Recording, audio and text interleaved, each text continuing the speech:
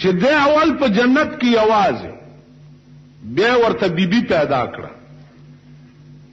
بیا قرآن وایي چې دی دواړو ته الله وایي چې اسکن انت وزوجک الجنه فکلا منها رغدا حيث شئتما. تو ستا بیبی دی په دې جنت کې اوسېږي، خورئ اوس کوي چې چاته رضا وشي، لیکن ولا تقربا هذه الشجره فتكونا من الظالمين. دی بوټي ته به نه نږدې کېږئ، او که دی بوټي ته نږدې شوئ نو د نافرمان کوونکو نه بشئ. معلومیږي دا چې څه کافي وخت دوی په جنت کې اوس بوټي څه شی او دی کې د ائمهو اختلاف دی.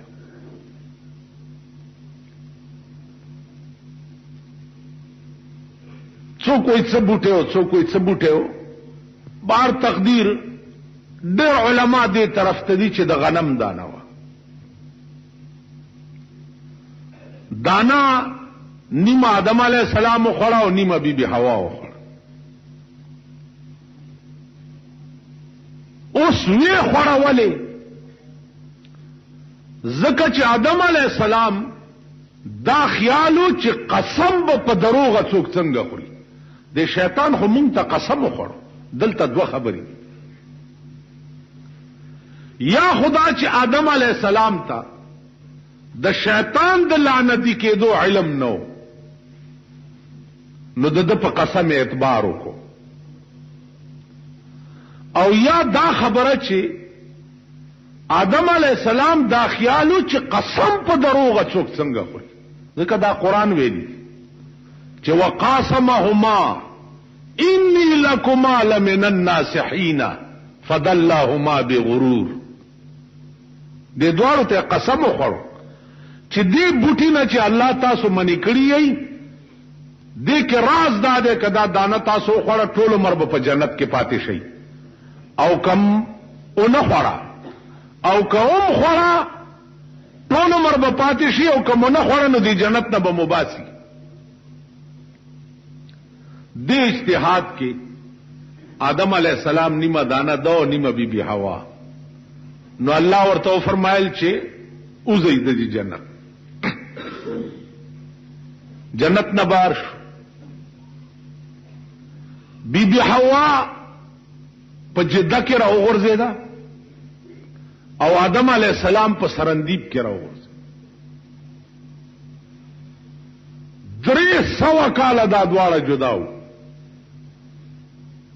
الله ته التجا وکړه چې څه چې وشو خو وشو. اے الله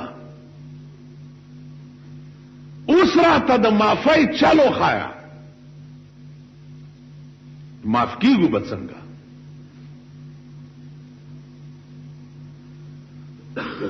الله ورته فرمایل چې تاسو دواړه یو وظیفه ده دا کوي نو معاف بشي. دا وایي چې ربنا ظلمنا انفسنا، اے خدای مونږ په خپل ځان زیاته کړې، وَإِن لَّمْ تَغْفِرْ لَنَا لَنَكُونَنَّ مِنَ الْخَاسِرِينَ. خدا کتا مونږ ته معافي ونکړه نو مونږ به د زیانکارو نه وګرځو. دا وظیفه 300 کاله وکړه. عزیزانو دې ته سوچ کوئ چې آدم علیہ السلام د یو حکم عدولی باندې 300 کاله بیبی نه جداو پریشان، چې څوک شپه ورځ د خدای د حکمونو عدولیانې کوي چې هغې به څه مونږ به څه کوو. او بل طرف ته بیا د خدای بے نیازی ګوره، بے پروايي ګوره. ذکریا علیہ السلام چې قوم ورپسې شو منډې کړې چې منډې کړې نو یو ونې له وی چې پناه راکا نو ونه په منځ دوه شو او ذکریا علیہ السلام پکې ورننه وته بیا و یو ځای شو خدای ورته وی خاص زما په موجودګي کې تاونه نه پناه څنګه وغوښته قوم ارکه خودونه د پاس د توی کدي आवाज کو نو کار به خراب شور بنک په د منځ دوه ځای کو اره تاسو خیالو یوسف علیہ السلام د خوب په تعبیر ډیر خپه ده یو سړی له د خوب تعبیر کو ورته وی چې کجیل نه وتی ته به د بادشاہ خادم ولګي ستا د خوب دا تعبیر دی او که بادشاہ سره ولګي دي نو لږ زما شپارس ورته وک الله ورته فرمایل چې ښا زلیخی چې په کوټو کې بند کړي وي او مان د امداد غوښتنو د تاخانونه ممره وېسته او اوس په جیل کې دې سړی ته وی چې خدای ته بادشاہ ته زما شپارس وک نو حکم راغی او د یوسف علی السلام قید 12 کال اندازه کوي مونږ خو غرق یو تبایو زمونږ د نجات لار نخ کاری ګوره چرته سو پورې چې د قانون تعلق ده نو زمونږ د نجات لار نخ کاری دا کم شي کې چې تاسو نجات ګورئ دا نجات نه ده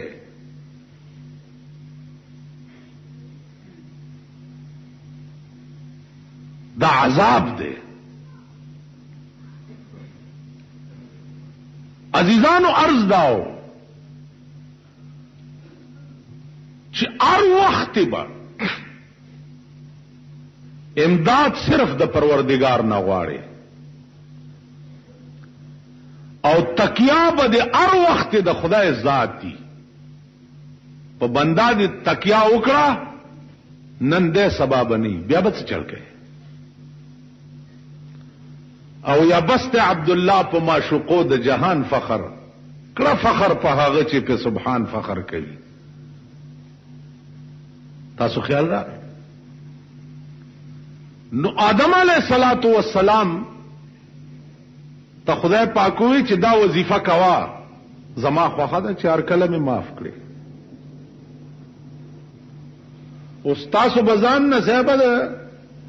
شیخ صاحب نه جوړه چې ته صاحب دوه ورځې تسبیح لاس کې راواغسته او په درې مورز بیا د جبرائیل علیہ السلام پته مې ایو بادشاہ خپل وزیر نه تاسو کو چې په دې مې پوي کچ دی یو لوی پیر مقام ډیر اوچته او کدا طالبان چې دي دا وظیفي خوري او په جمعاتونو کې ډیر دي د دې مقام اوچت هغه ورتل صاحب د هغه سړی مقام اوچته چې د چا قران په ترخ کې او مکتب ته روان ول دا سره هغه پیر دی او ډیر خلق لا سنا سپي او دا ول بس ول ما به چشمدید پوي ول ډیره خطر ازاد د شپې راوتی دي دواړه د پیر صاحب خلوت خانه ته تللی دي دروازه ټکولې ده سوکه او وزیر ورته ویس بادشاہ ور سره ده چې زه جبرائیل علیہ السلام خاول په خیر رااله وساخو خرو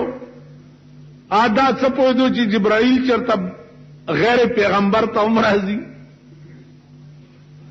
وزه جبرائیل علیہ السلام مو خدای وی چې نور اخواري مکوا بس ته او رسول خپل مرتبه تسبیح مسپیال ته لړ کړی دي و مړه دومره لیټ شو زما بیړه تبا شو په وظیفو کولو ویل خان بادشاہ ته ویل پوي شو په کافرم شو ورپسې ورازاوس جمعه تراغله د طالب دیو بلا کړی دا د خور سرشمو د تیلو کتاب ګور دروازه ټکولې ول سوکې ول ز جبرائیل علیہ السلام خدای وای چې خواري مکه وم د سبدي ملاکم په خوا د طالبانو مداسه غټي غټي کوتا کې ګرځولې ا کوتک ته لاس کړی ول درګه چې ستړي مشي درته وکم او چې دروازې ته راغلی بادشاه او وزیر دواړو منډه کړې ده ویل ودرېږئ که نه دا جبرائیل داسې خوار دی چې ما پسې راځي چې ځای ته لاړه نو بادشاه ورته ویل ما دا ومنله چې مقام د هغه چا اوچت دی چې چا علم کړی تاسو خیال راغی نو عرض مې دا و چې آدم علیه الصلاة والسلام پویو چې هغه بے نیاز دی دا هغه خوښه ده چې هر کله نظر د کرم وکړو انسان خو عاشق دی او د عاشق ډیوټي دا نه ده چې د معشوقې د منظور نظر شي نه د کار دی د دې سره چې دی به په در کې ورته پروتي معشوقې خوښه ده چې کله نظر د کرم پیو رمضان یو بزرگ تیر شوی دی هغه وی عاشقان ډیر پرات رمضان دی په درد سنم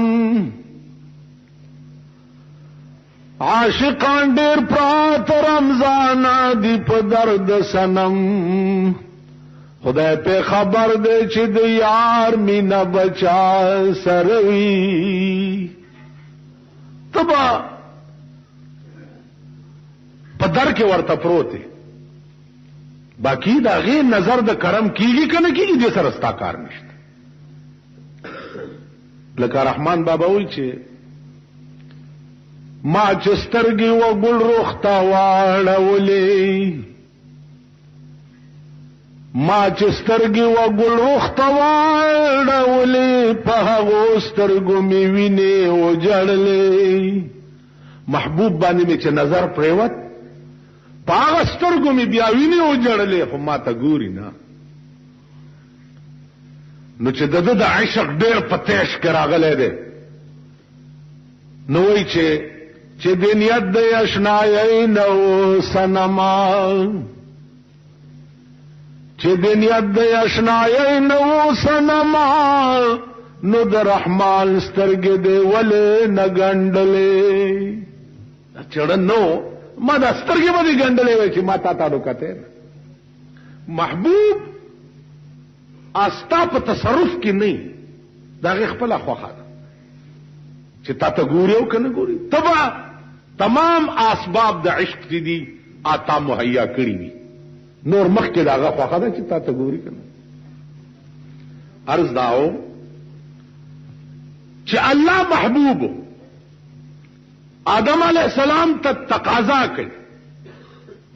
چې یا الله اوس چل رہا تو ہے کی بس محبوب نے حکم وشو چې توایا چې ربنا ظلمنا انفسنا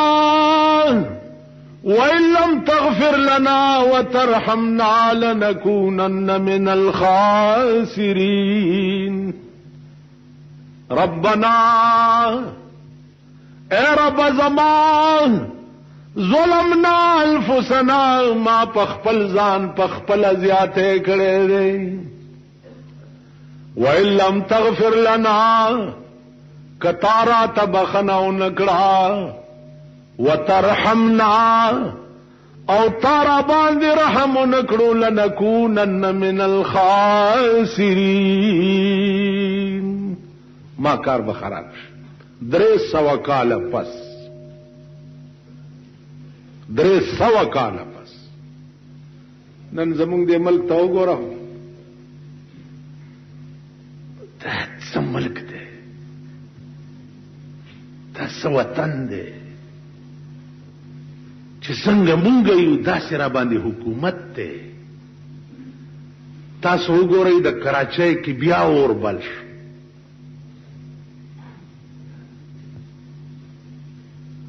جنیجو صاحب اعلان وکړو چې زه به کراچۍ کې ناست یم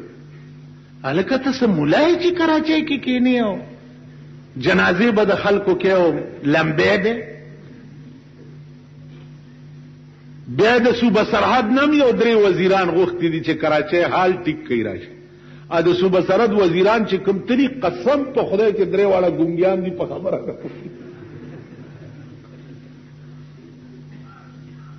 درې واړه ګونګیان دي چې غوږ دې په داخله کې نه ورننه ایسته په خبره به پوه نشي دای غوښتي چې راشي د کراچۍ جلیجو به هلته ناست خلک کباب کیږي لګیا دي ته په دغه سترګو ړوند شې چې دا ته پې ګورې په غبرګو کې نه خلک والله کال ابل ورځ د کراچۍ خلک راغلي ویل مونږ ته دا پته نه لګي چې مونږه مهاجر او بهاریان ولې مړه کوو او هغوی مونږ ولې مړه کوي والله که راته پته شته خو یو اواز شوی دی چې وحی دا आवाज چا کړي دا چا کړي دا आवाज هغه انټرنیشنل شیطان ملک کړي دی چې کوم ته مونږ ماما وایو چې هغه امریکا ده دا आवाज هغه کړي اوس وزیران بزی او التبه چې د کراچۍ کې د خلکو جوړې کوي دی په جوړو پوهیږي جوړه په کراچۍ کې کول غواړي دیتا د قوم مشران پکار دي دیتا خبرلوس خلق پکار دي دیتا زبان دراز خلق پکار دي تاسو نن د صوبه سرحد د دې قومونو مشران ورولېږئ ته وګوره چې په یو ورځ کې کراچۍ کې امن کیږي که نه کیږي یو ورځ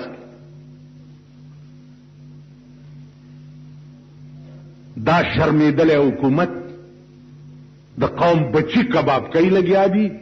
خپل هم ته څه نه کېږي خو قوم تعطیل وکړه که نه تا خدای تباه که چې تباه شي قوم تعطیل وکړه چې راشي مونږ ناکام شو اوس دا جوړه تاسو وکړئ ته وګوره چې کېږي که نه کېږي یا لکه افغان حکومت پیشکشو کو دا زما د جماعت سی ای ډي والا دا خبره اسې دلته اړتو پړتو مه لیکه سم صفای ولیکه چې د ضیاءالحق په دا سپېږمو کې ورننه وځي افغان حکومت پیشکشو کو ما ته ګورې ما ته چې زه جنگ بندوم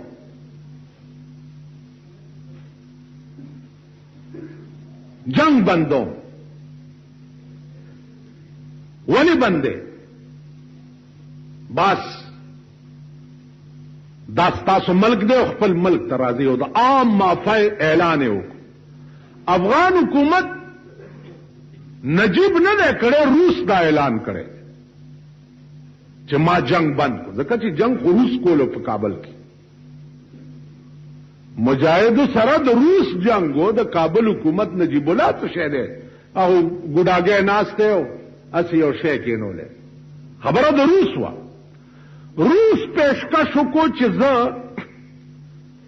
شپږ میاشتې به زه جنگ نه کوم په دې راز پوي دا کابلیان دې په دې خبره لږ ځان پوي کی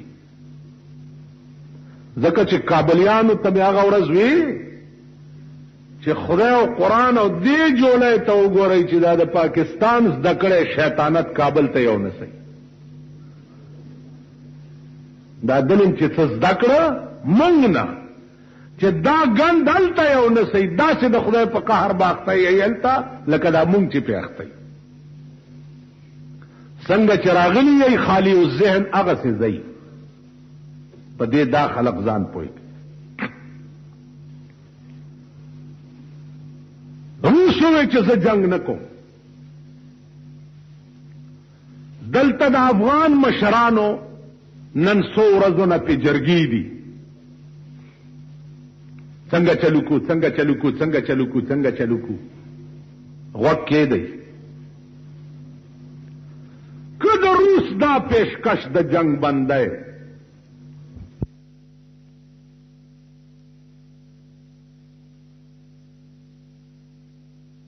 ته خفه کیږي. شپږ میاشتې به روس درته صبر وکړي او شپږ میاشتې کې هم ستا سړي تله او جنگ کولو، نو روس به د ټوله دنیا خوله ځان نه واړی. هغه چې اعلان وکړو بی بی سی، جرمني، چین، د دنیا ټولو ملکونو یې خیره مقدم وکړو چې روس ډېره لویه مهرباني وکړه چې د جنگ بندۍ اعلان یې وکړو په کابل کې.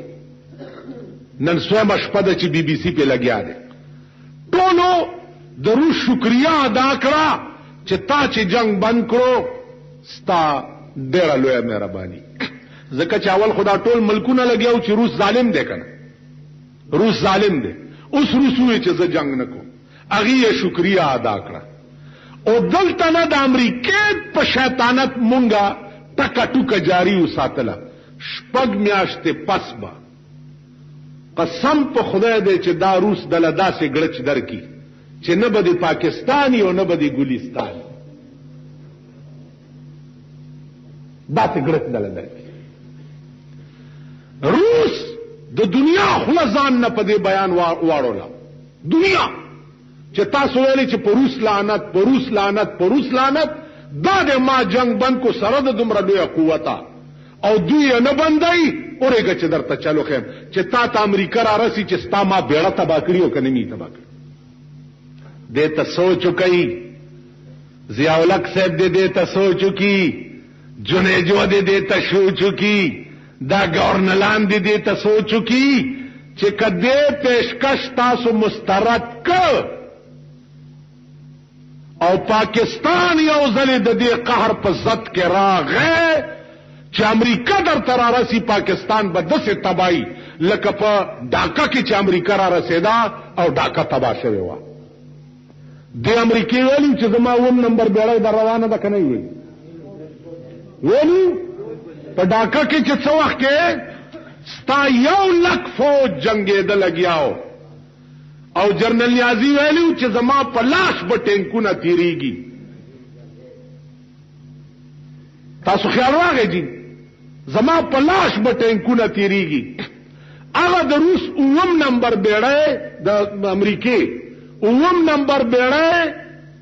تورو خاورو لتلې وه او ډاکه مونږ نه کټ. داسې مونږ د امریکې غنمو او د اسخا بنینونو او د اسخا جرابو وړاندې کړي یو او د امدادونو وړاندې کړي یو چې د کابلیانو د برکته زمونږ هم نیستی غوڅې شوې. کابلیانو باندې کراوریږي، په مونږ راسسیږي. ته ورشئ افغان مهاجرو کې دا زمونږ خلق چې افسران دي نیستی غوڅې شوې، نیستی. والله چې زما وس پې ورسي او زور خدای خبر چې دا خوب زه وګورم چې زه د دوی د خېټو نه درته دړی دړی ممنعي وباسم. والله که دا ملیان زه پرېږدم دا د مدرسو په نامه باندې چې نن د پاکستان لکونه روپۍ، لکه ته وزیرې یو ملا د 2,000 روپو چای وکړې او 3 لکه روپۍ دې ورکړي او ځینې ملیان زمونږ دا جومات ته دا جومات چې دا زه پکې مونځ کوم وختي راته چاوي لاندې یو 2 کسه لګیا وي چې ملا غټ دی او جومات یې وړوکی دی. تاسو کې به چا ویلي نو مال دې غټ مولا له غټ جومات څوک ورکوي؟ غټ جومات خو هغه مولا له ورکوي چا د دوی دبلې غږوي. محمد خان جومات ماله څوک راکوي؟ مالګو منډۍ جومات ماله څوک راکوي؟ صدر کې سنیاري جومات ماله څوک راکوي؟ زما چې دغه خولۍ خدای خبر چې قبر لم ځای راکي. ما غټ جومات مونږ له راکوي څوک؟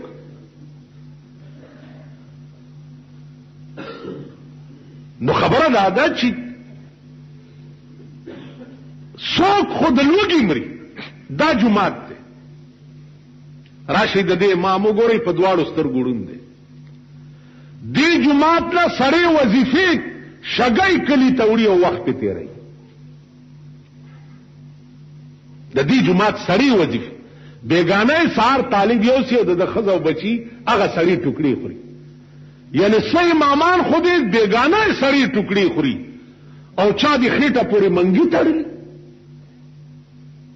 والله چې بنوسی لورونه دې خېټو ته درواچو مو کلمې ډيري کم په دې ځمکه باندې دا ملک ستاسو د پلار دی چې چا دله چای وکړي 1 لک روپۍ چا دله روټۍ وکړه 2 لک روپۍ دا د ملک خزانه ستا ده ایمان پیدا کړي او شرمېدلو ایمان پیدا کړي عربو ته په میاش کې منډې وهي لس ځله د عربو غوندې ایمان پیدا کړي په عربو کې یو جماعت خایي چې داغه امام د گریډ 18 او د گریډ 19 افسر نه یو امام تمام جماعتونه د سرکار په تحویل کې دي د تمام جماعتونو تنخواه ده خادمان دي ایر کنډیشن دي پکې قالین دي پکې محراب کې دروازه ده امام رانه وزي دلته منځ ورکی او بیا وزي پکې امام تانه نه خبر او ته امام نه خبر دلته امام خو نه دی مشکی دی مړه در کیو چې راشه امام صاحب ګوتا پکې ووا کله مستا د مړي کونه کې ګوتې زوامه دلته خو امام څوک چې د دوی مدي و یا په مزو کې دي کچا دومره مو وي چې د دوی جامع خیره نه دي اب بیگانه سړی وظیفې دا مذهبي امور دي او دا محکمه اوقاف ته او دا حج پالیسی ده او د حج ډولکی بیا شروع حج لا کال پاتې ده داخله اوس نه شروع کی چې د دوی خزو لپاره ګټه په بینک کې راو اوس ولې د پیسې داخله کړ 30,000-26,000 روپے اوس نه داخله کړ او حج لبزه کال پس دا سملک ده یا دا وطن ده نو پدې د افغان مشرانم سوچ کوي ضیاء الحق صاحب دې پدې سوچ کوي چې دا خلق پوهه ککني والله ضیاء الحق څه پروا ده او کډاس شو جازونه تیار ولار دي زیب امریکای ته یا لندن ته خبره زمونږ ده مونږ به تبان شو زمونږ به بیړي غر کنه شو نو کټول افغان مشران په یو خبره متفق وي او یو پکې ورانه کوي د 60 نه 19 او مرایته بوټه وباسه نو د روس دا پیشکش یو طرف ته خو خده چې خدای په خیر خیریت روس تبا کی او دا مهاجر خپل وطن تلاړ شي بل طرف ته کوم ورانه جاری وساتلو دومره خطرناک دی چې د پاکستان باندې بیړه تبا یو عذاب پکې دام دی چې ما تابل اورز یو سړی وي چې مولانا صاحب تاسو وایي چې پیغمبران دروغ نه وایي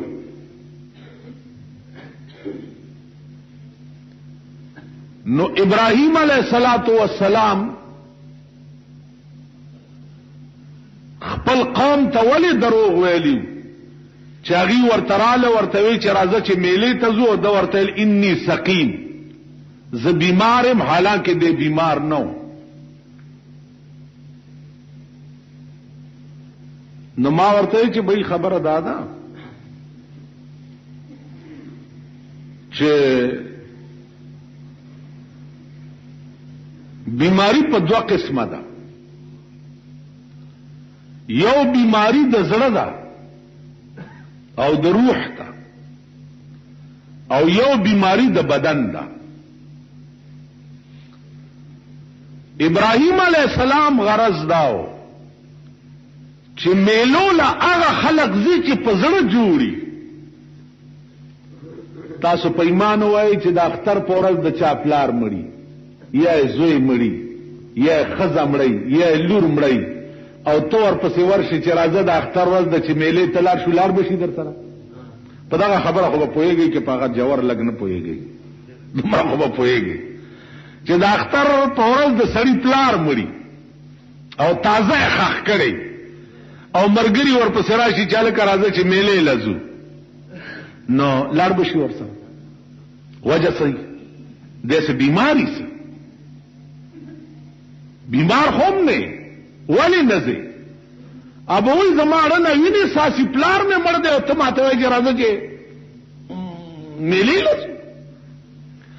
د پیغمبر دړه نه ویني ساسي د قوم د بی دینۍ په وجه پیغمبر خو زمون غوندې نه دی پیغمبر خو نه بیماری 24 غنټه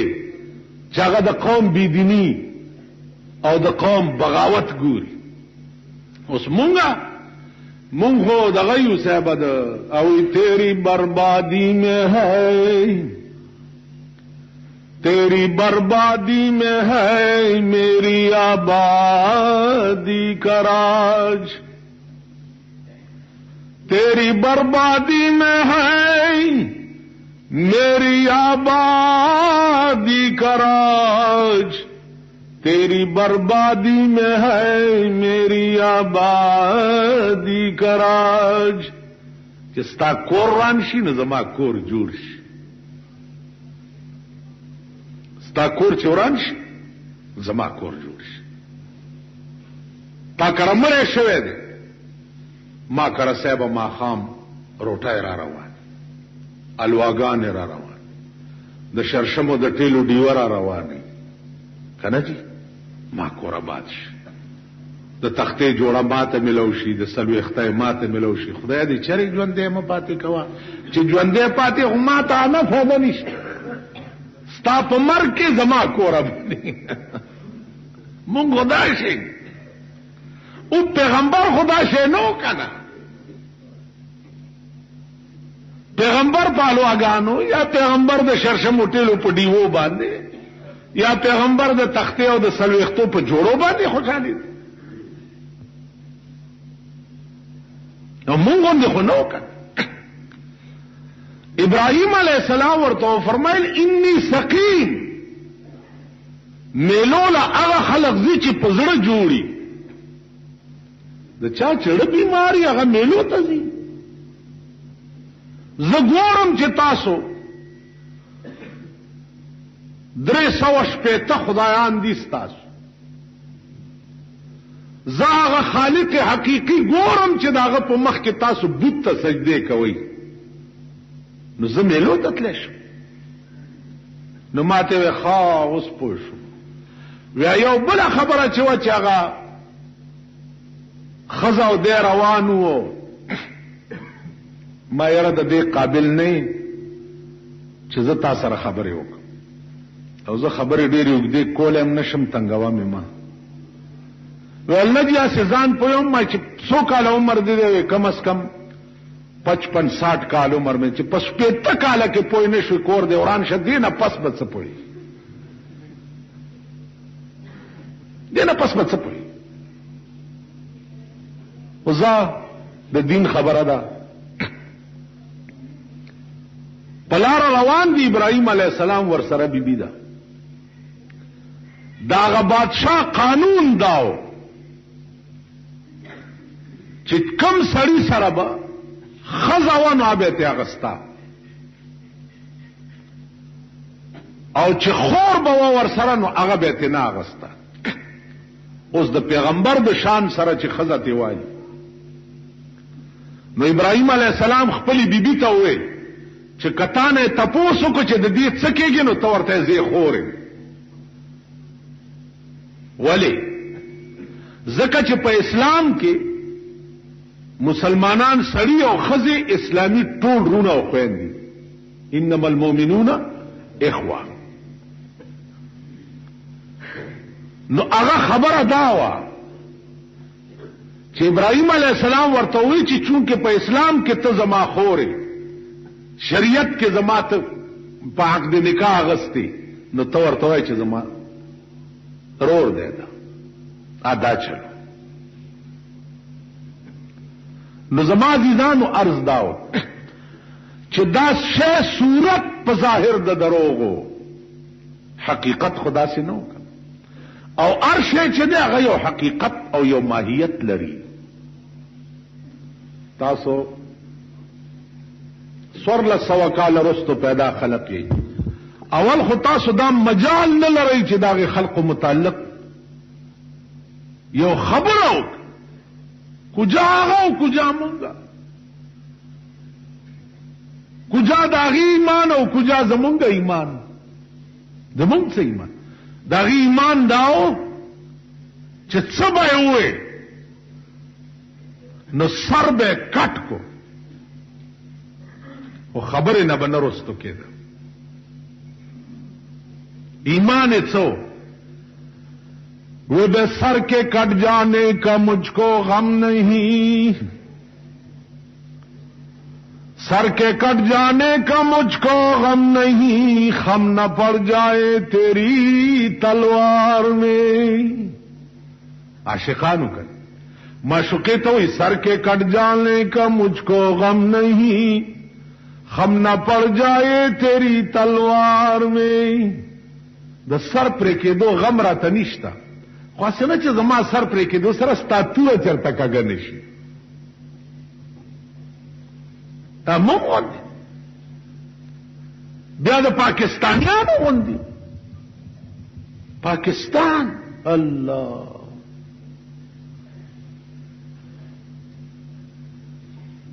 یو خبره مې چاته کړې و خبره داغه برعکس وخته ما ته وی چې مولانا صاحب مليانم دروغ وای ما نه ته پوهیږي نه قمقلې مسله دا ده چې الناس علی دین ملوکهم خلق د بادشاہ په مذهبي زمون بادشاہ دروغ جن دي نو کوم دروغ وایو خپکیږه ما مون بادشاہ دروغ جن تاسو وګورئ لس کال وشو چې دې سړی دا قوم د اسلام په نوم څه په دوکا کې وساتلو لس کالو بڑی سی را خوشی کړي اوس په مليانو ملاس ووال اسلام دی اسلام دی اسلام دی اسلام دی اسلام دی چې د خلکو رخلې لراوس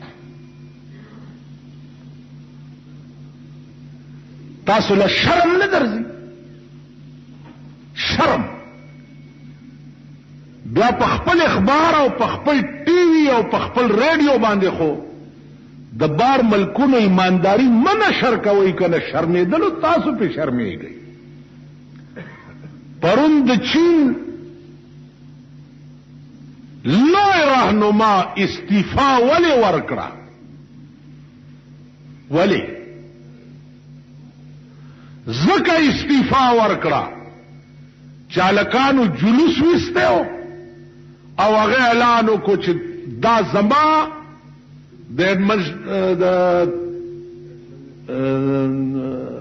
تنظیمي امور د نااهلیت وجوا چې د الکانو جلوس وستو لہذا زه استعفا ورکړم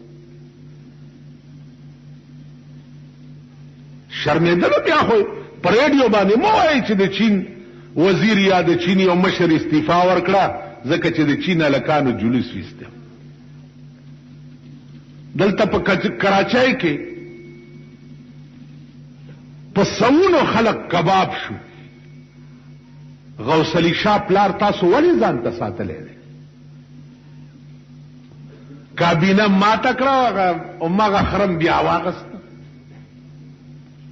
مرکزی کابینه ما تکړه او ما خلقم بیا واغست ولې مساتره د وزیر اعظم شرافت داده د انسانیت داده چې ستا په ملک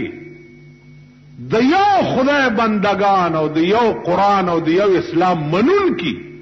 خپلو کې او جنګې د دا معنا ده چې دا حکومت نه اهله ده نو دته فوراً مستعفی کېده پکار دي فوراً تاسو له شرم نه درځي چې تاسو د اسلام نامې علي حضرت عثمان رضی الله تعالی عنه په کور کې چې محاصره وشوه فوج ور سره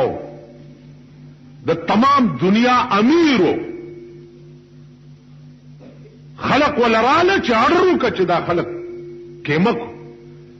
حضرت عثمان ورته فرمایل چې نه